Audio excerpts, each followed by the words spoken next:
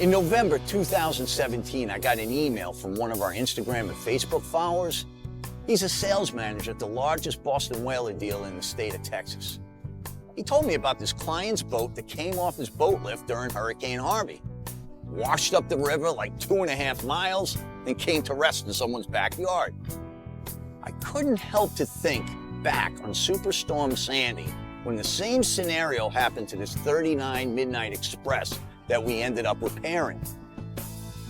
Although a couple of fiberglass shops down in Texas deemed the boat unrepairable, the client asked me to come down to Texas, check the boat out, and see if it could be fixed.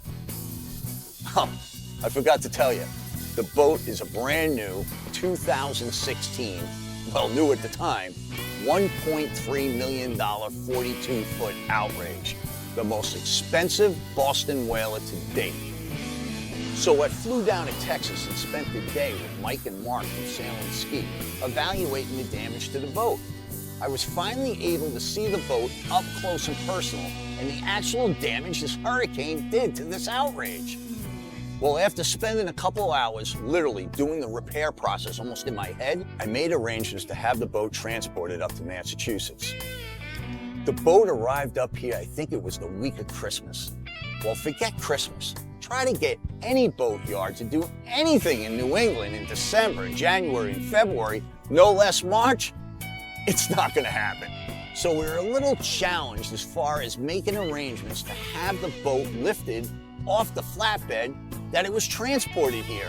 The boys from the North Shore showed up with some big pieces of equipment that made getting that boat off the flatbed no problem.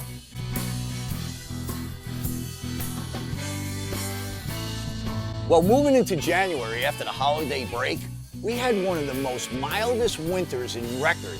So we were able to get Mike from MTA&K and his crew here to soda blast the bottom of the boat. You'll see throughout the many projects on Making It Metan, most start with his services. He and I go back a long way, and he's someone who contributes at the very beginning of Making It Metan. Basically what we're going to do now is we've encapsulated the entire tent so we contain all of the product that we're going to blast off the bottom of the boat. So using baking soda at about 120 psi, we're going to strip the bottom of the boat, keep everything contained, and give us a bottom that's near finished so we can complete it. The boat rocked on top of the pylons and the rocks for hours, so I really didn't have that good of an idea of the damage to the bottom. There was some gouges and scrapes on the bottom paint, but you really don't know the extent of the damage until you get that bottom paint off. Having the bottom paint removed, it gave us the opportunity really to see the damage done to the bottom of the boat. Soda blasting helps me as an indicator because it loosens up the gel coat around every fraction. The velocity of the soda, baking soda coming out, it's able to get underneath any of the loose, laminated gel coat. It's a first indicator of how far the damage spreads out. Once the soda blasting was completed, we then began dismantling the boat and removing all necessary hardware and accessories in the damaged area, as well as areas we need to gain access, such as dismantling the entire interior.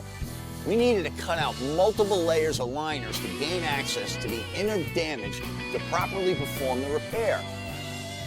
But like all projects, they all start off pretty ugly, and this 420 is no exception.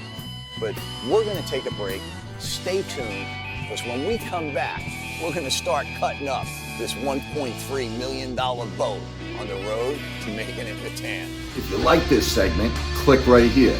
If you like this segment and you want to watch the whole episode, click right here.